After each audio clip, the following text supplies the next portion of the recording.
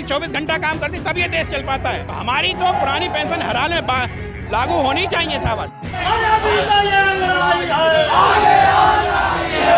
अगर एनपीएस इतना ही अच्छा है तो नेता सबसे पहले अपने पे लागू क्यों नहीं करते?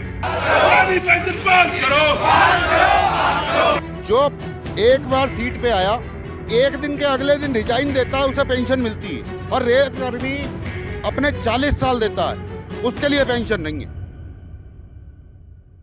साथियों नमस्कार, मेरा नाम है अनुभव। आप देख रहे हैं इंडस न्यूज टीवी। साथियों अभी हम मौजूद हैं डीआरएम ऑफिस पर बरेली के, और आप यहाँ पे मेरे पीछे देख रहे होंगे मशाल जुलूस लेकर रेलवे के कर्मचारी अभी यहाँ पर खड़े हुए हैं। कुछ कैंडल मार्च लेकर भी आए हैं, जो कि यूपीएस जो पेंशन योजना है उसके तहत जो आने वाली है उसके विरोध में ये लोग धरना प्रदर्शन कर रहे हैं। कुछ ने तो अभी आपने देखा होगा हमारी पिछली वीडियो में जो कर्मचारी थे उन्होंने डीएम को ज्ञापन भी सौंपा था। हमारे साथ एक साथी मौजूद है, आइए हम इनसे बात करेंगे। धरना प्रदर्शन की मांगों को लेकर इनसे बात करेंगे कि क्या इनकी परेशानी है, क्या इनकी दिक्कतें हैं। तो सर सबसे पहले तो हम आपका परिचय जानना चाहेंगे। नमस्कार, मेरा नाम जयेंद्र शेखर गुप्ता है और मैं यहाँ फ्रंट टंगाइट एनपीएस इन रेलवे का मंडल संयोजक हूँ इज्जतनगर रेल मंडल में, जो कि NMOPS national movement for old pension scheme का अलायंस है रेलवे के लिए। और इसी सदारत तले एनी रेलवे मेंस कांग्रेस के साथ में संयुक्त रूप से हमने ये आज कैंडल मार्च और मशाल जुलूस निकाला है, जो कि आज एनएमओपीएस की तरफ से नेशनल कॉल दिया गया था। राष्ट्रव्यापी ये कार्यक्रम था, उसी के तहत हमारा ये रेलवे में इज्जतनगर मंडल में हमने ये निकाला था। इसमें हम केंद्र सरकार की जो एनपीएस और यूपीएस जैसी योजनाएं हैं उनका हम विरोध करते हैं, और हमारी जो शुरुआत से मांग रही है पुरानी पेंशन को यथावत लागू किया जाए हूबहू, उसके लिए हम लोग कर रहे हैं पूरे देश में ये धरना और कैंडल मार्च और मशाल जुलूस कार्यक्रम। उसी के तहत हमारे साथ आज जो आप ये पीछे देख रहे हैं मशाल जुलूस और कैंडल मार्च, इसमें न केवल हमारी फ्रंट टंगाइट एनपीएस रेलवे बल्कि तमाम कैटेगोरियल एसोसिएशन, एलारसा, एस्मा, एससी एसटी ओबीसी सेशन, और जैसा कि एनी रेलवे मेंस कांग्रेस तो आप मुख्य प्रायोजक के तौर पे देख ही रहे होंगे, इसमें मुख्य संयोजक है।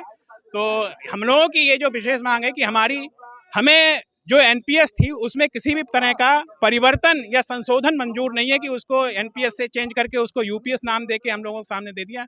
हमारी मांग जो इतने सालों से संघर्ष चल रहा है वो हूबहू पुरानी पेंशन के लिए है, और जैसा कि 4 राज्यों में आपको पता होगा ये संघर्ष की बदौलत लागू भी हो चुकी है। तो जब उन 4 राज्यों में लागू हो सकती है तो सेंट्रल गवर्नमेंट में क्यों नहीं लागू हो सकती है? तो केंद्र सरकार से हमारा यही है कहना है कि एनपीएस में तमाम तरह के घुमाव फिराव और उसमें बदलाव करना बंद कर दें, और जैसा कि कर्मचारियों की पुरानी समय से मांग रही है हूबहू पुरानी पेंशन उसको लागू किया जाए, शीघ्रता से शीघ्र लागू किया जाए।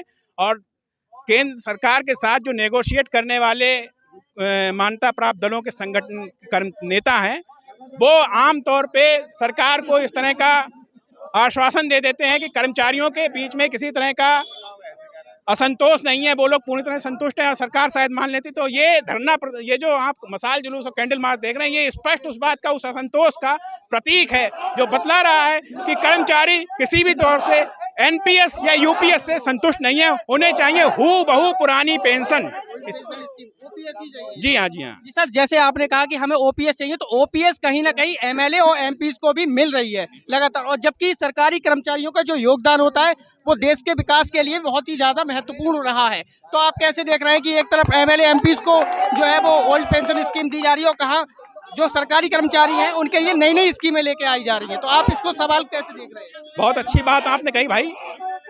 आप जानते हैं कि गवर्नमेंट एक तरफ कह रही है कि ओपीएस लागू नहीं की जा सकती, लेकिन आप देख रहे हैं एक तौर तो 4 राज्यों में है ही लागू। उसके अलावा ये जो भी कॉन्स्टिट्यूशनल हाउसेस हैं, चाहे वो स्टेट असेंबलीज हो, चाहे वो नेशनल पार्लियामेंट हो, वहाँ के सारे सांसद विधायक जो विधायी सदनों के सदस्य होते हैं वो अपने न केवल पेंशन पूरी प्राप्त कर रहे हैं बल्कि उसके साथ तमाम तरह के वेतन भत्ते और सुविधाएं भी, क्योंकि उनको किसी से परमिशन नहीं लेनी, अपने आप में थपथपा के अपना स्वीकार करा लेते हैं, क्योंकि वो खुद विधायी सदनों में विधान बनाने वाले हैं।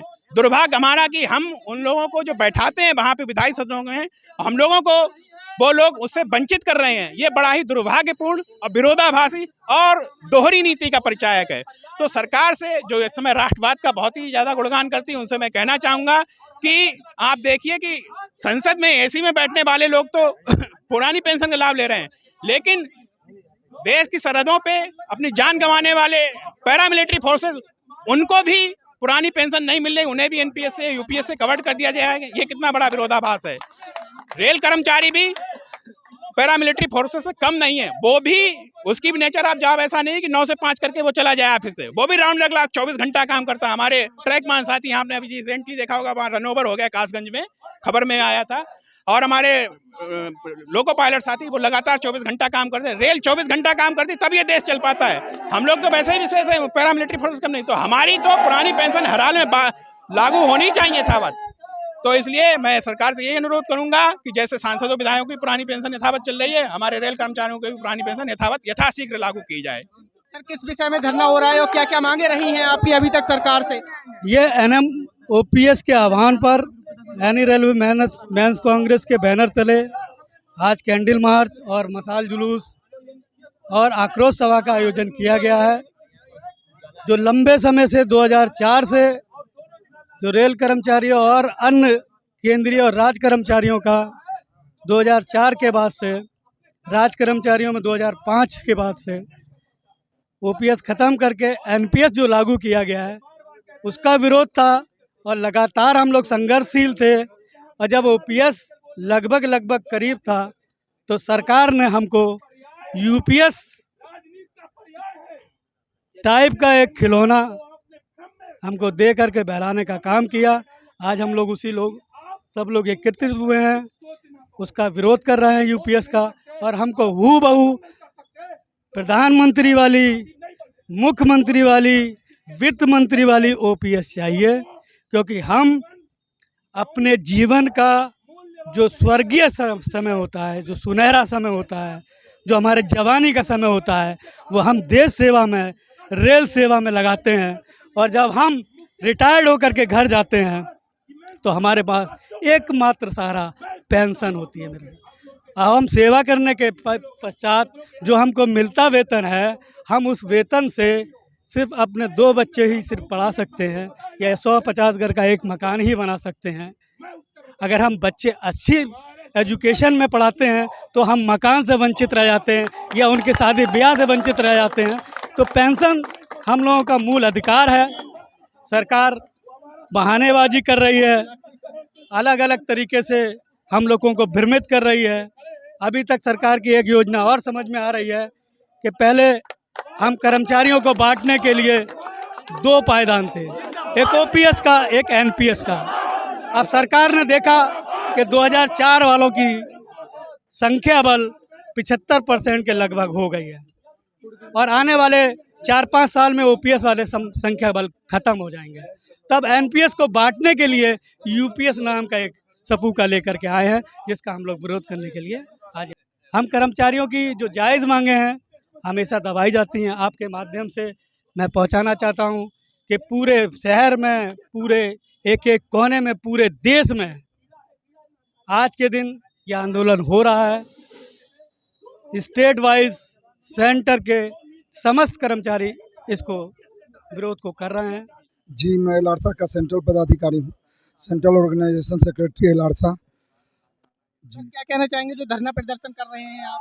जी, हम लोगों का मुख्य मुद्दा है, हम लोग NPS और UPS जो कि एक कोर की तरह, मतलब कि जो सरकारी कर्मचारी है उनके लिए एक कोर की तरह यह कार्य कर रही है। जो आज ये देखिए नेता लोग जो हैं खुद 5-5 जगह से पुरानी पेंशन को पा रहे हैं और हम लोग जो कि अपनी पूरा जिंदगी अपना समर्पित कर रहे हैं देश के उत्थान में, तो हमारे लिए ये OPS का प्रावधान इन लोगों ने ख़त्म कर दिया है। और ये NPS और UPS और जाने अब क्या तीसरा एक झुनझुना ला रहे हैं GPS, जो कि हमें जबरन ये थमाना चाह रहे हैं, जिसका मैं विरोध करता हूं और तहे दिल विरोध करता हूं। और ये हमारे भीड़ को देख रहे हैं, बहुत ही जल्द ये जो दलाल यूनियन जो इनका सपोर्ट कर रहे हैं इनको जड़ से उखाड़ फेंकेंगे। हम लोग सभी लोग लाड़सा हो गए, NMOPS के बैनर तले हम लोग NERMC, फिर जितना सभी संगठन है, गार्ड काउंसिल हो गए, फिर ट्रैक एसोसिएशन है, सभी लोग मिल करके हम लोग जितने भी रनिंग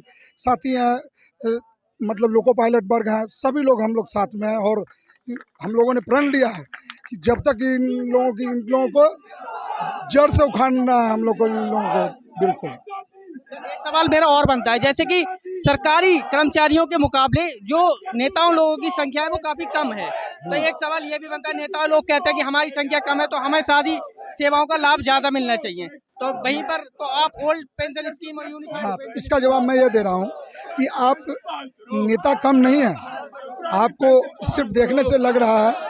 अगर देखा जाए तो उनको कई जगह से सुविधा मिल रही है, प्लस सुविधा तो मिल ही रही है, और एक नेता 5 जगह से पेंशन ले रहा है, ये भी तो सोचने वाली मुद्दा है।